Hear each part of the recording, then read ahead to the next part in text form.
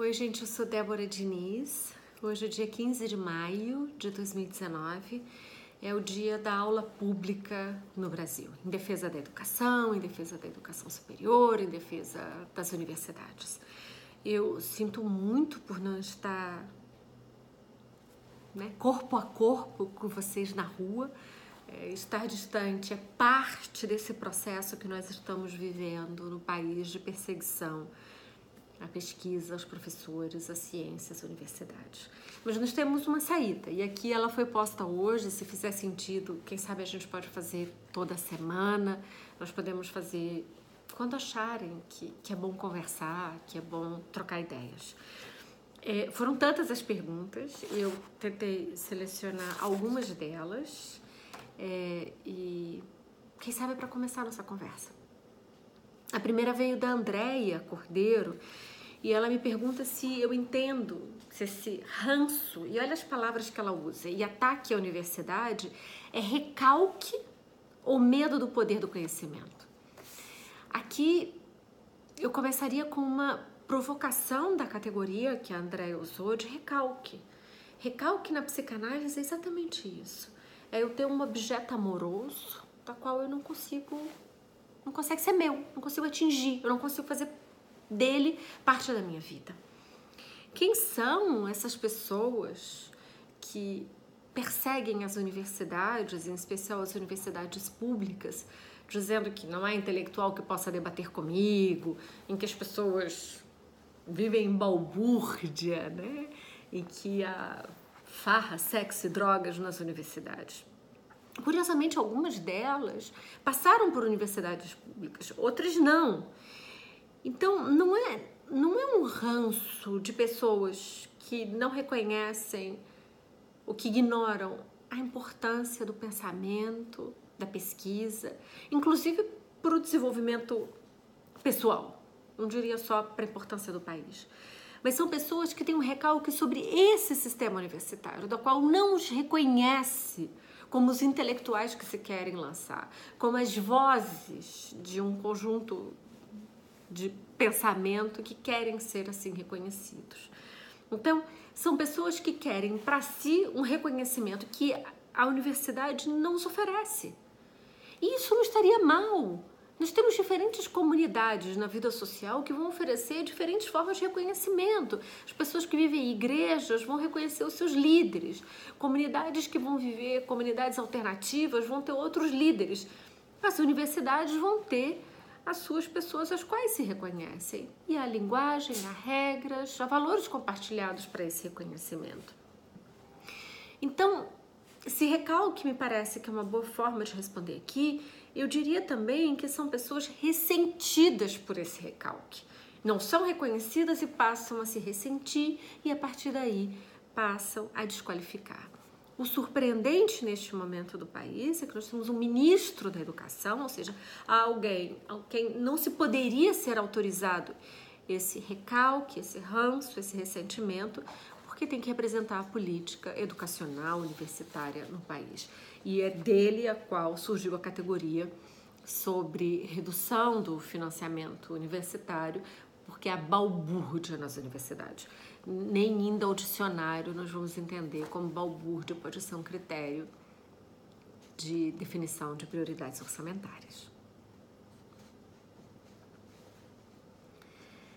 Várias pessoas perguntaram sobre isso que se chama fake news, falsas notícias, mentiras, que eu gosto muito de chamar, que é um enquadramento sobre o real para provocar o pânico moral, Então, as perguntas vêm, algumas dessas fake news, dessas notícias falsas, dessas mentiras, elas são tão óbvias, até mesmo para as pessoas sem uma educação formal, como a pessoa descreve aqui, pessoas mais simples. Entretanto, os detentores do conhecimento e do poder as propagam e quase acreditam nelas. Aqui há um ponto muito importante.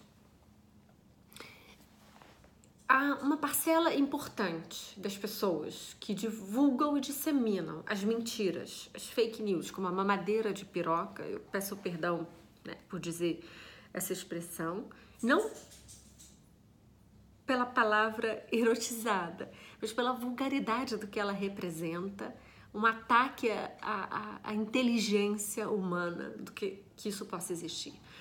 Então, a nossa pergunta é como é que alguém pode ter divulgado isso, como alguém pode ter imaginado criar essa fantasia erótica, essa fantasia sexual, que diz respeito à fantasia de alguém, que deve estar muito escondido no armário, e a paróquia do WhatsApp foi uma forma de sair do armário sem ser reconhecido, e a ponto de outras pessoas disseminarem.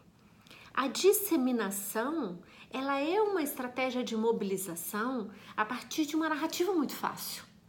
Então, se perguntar objetivamente a essas pessoas, se provocá-las a um mínimo de uma racionalização, de dizer, você de fato acredita que existia uma mamadeira e o bico havia as partes baixas de alguém, né?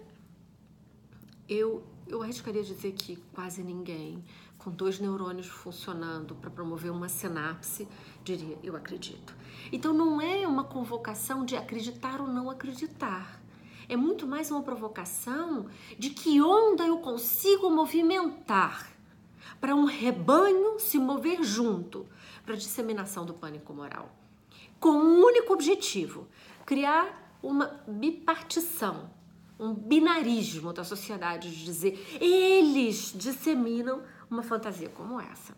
Então não é à toa que eu já ouvi histórias de pessoas que me disseram que conheceram outras, eu nunca as conheci, porque de verdade eu pediria ajuda neurológica, de se fazer um PET scan, de descobrir se essa pessoa tem sinapses, em que disse que as pessoas diziam, eu já vi a mamadeira de partes baixas, né? Eu já vi o kit gay disseminado pelo PT. Então, o que será que essas pessoas viram?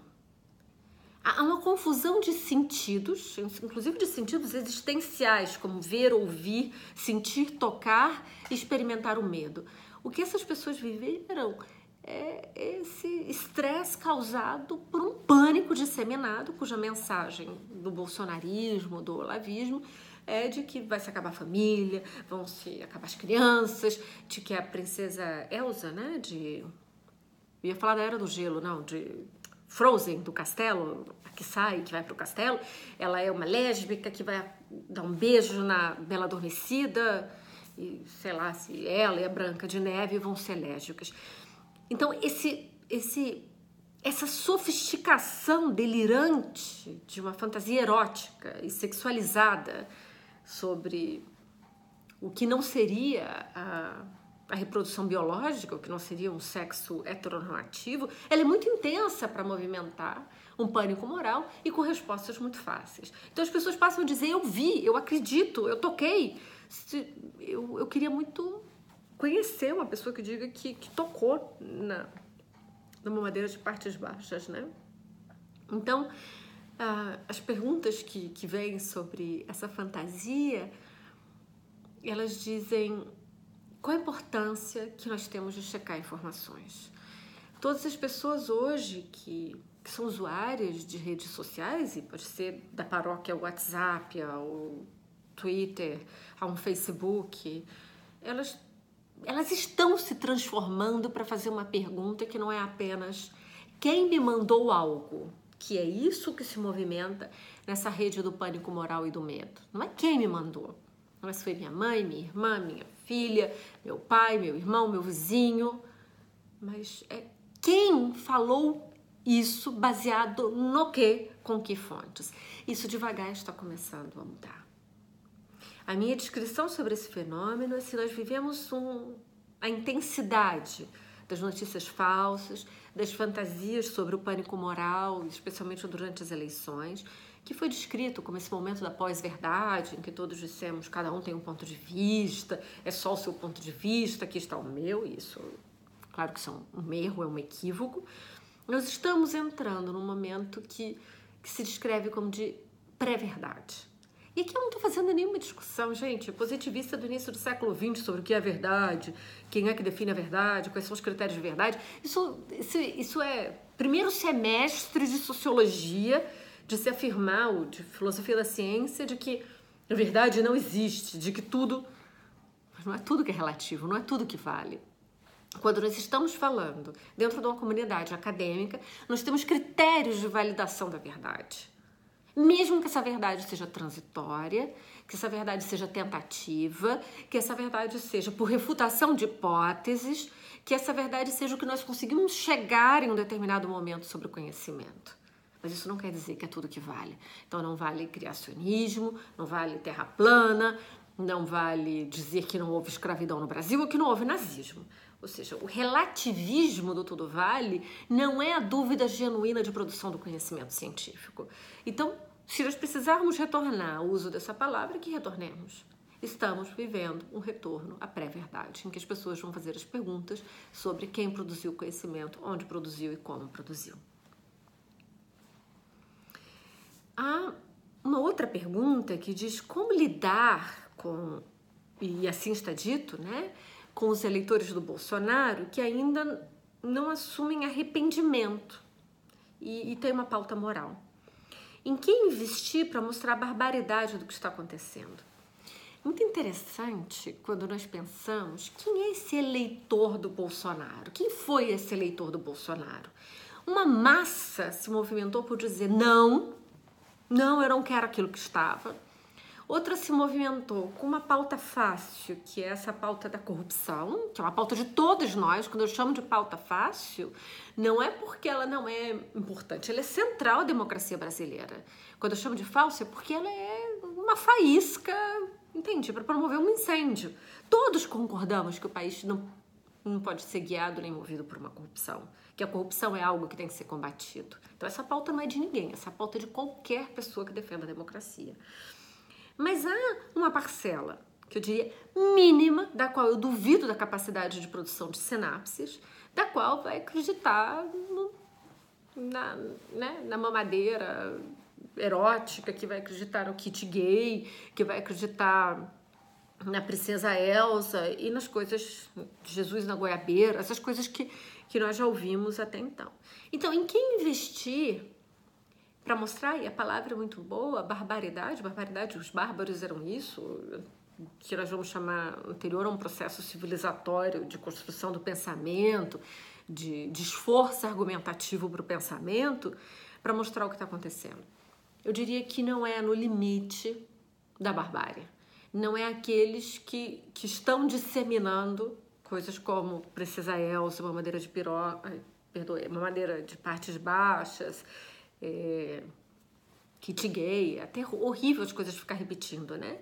Mas aquilo que nós passamos a chamar aqueles que estão ali no meio, que são os tíbios, que é aquele meio que pode se mover, é aquele meio que agora vive uma certa vergonha, mas, poxa, pedir para ele em público que vá para a página do Jair Me Arrependi, do Bolso Regrets, é demais. Então, dizer que essa pessoa faça a confissão com silício, se mortificando, dizendo, eu me arrependi, que tolice eu fiz, talvez seja muito. O que nós precisamos dessas pessoas é que elas comecem a exercitar a escuta, exercitar a dúvida genuína. E há muita gente nesse meio que fez um voto apenas de rejeição a um sistema, o que é bastante grave um voto dessa maneira, mas não são pessoas que compartilham de um aceno fascista, de um aceno vulgar, de uma violência, de um ódio que está numa minoria da sociedade brasileira. Eu vou responder uma última pergunta, para não me alongar demais, né, quase 15 minutos. Como reverter a onda de pânico gerada pela desinformação? A primeira coisa é ter certeza de que a intenção dessa onda pelo ódio é instaurar o afeto do medo. E o medo, ele é paralisador. O medo, ele é imobilizador. O medo faz com que as pessoas digam, eu não vou mais dar aula, eu não vou mais fazer isso, eu não vou mais dizer o que eu penso, eu não vou mais aparecer nas redes sociais. É o contrário, nós temos que, com a devida segurança, como é o meu caso, eu só entrei nas redes sociais quando Bolsonaro estava nas vias de entrar no processo eleitoral e ganhar. Eu nunca fiz parte dessa comunidade e, na verdade, estou muito feliz aqui. Mas como reverter essa onda? Primeiro que nós precisamos mostrar que as universidades são, sim, o espaço de resistência ao qual eles não tomaram e que eles não conseguem tomar, mesmo que fiquem os 4 anos do poder, do qual eu tenho dúvida, em 4 anos. Por isso que precisam nos ameaçar com corte de recursos, com corte de bolsas, com perseguição aos professores, mas não conseguem nos calar. Então, essa não é uma vitória tão simples. E isso não se move, como foi pela paróquia WhatsApp, em 45 dias de um processo eleitoral, de uma corrida que é uma corrida de 100 metros. O pensamento, a intelectualidade, a ciência, o ensino, os professores de ensino fundamental, ensino médio, ensino superior, é uma corrida de longa resistência e da qual eles estão sendo convidados a disputar, não conseguem. E por isso essa perseguição, e hoje um dia tão importante de defesa da educação, é porque aqui é onde está a essência da resistência que os bolsonaristas não conseguem chegar.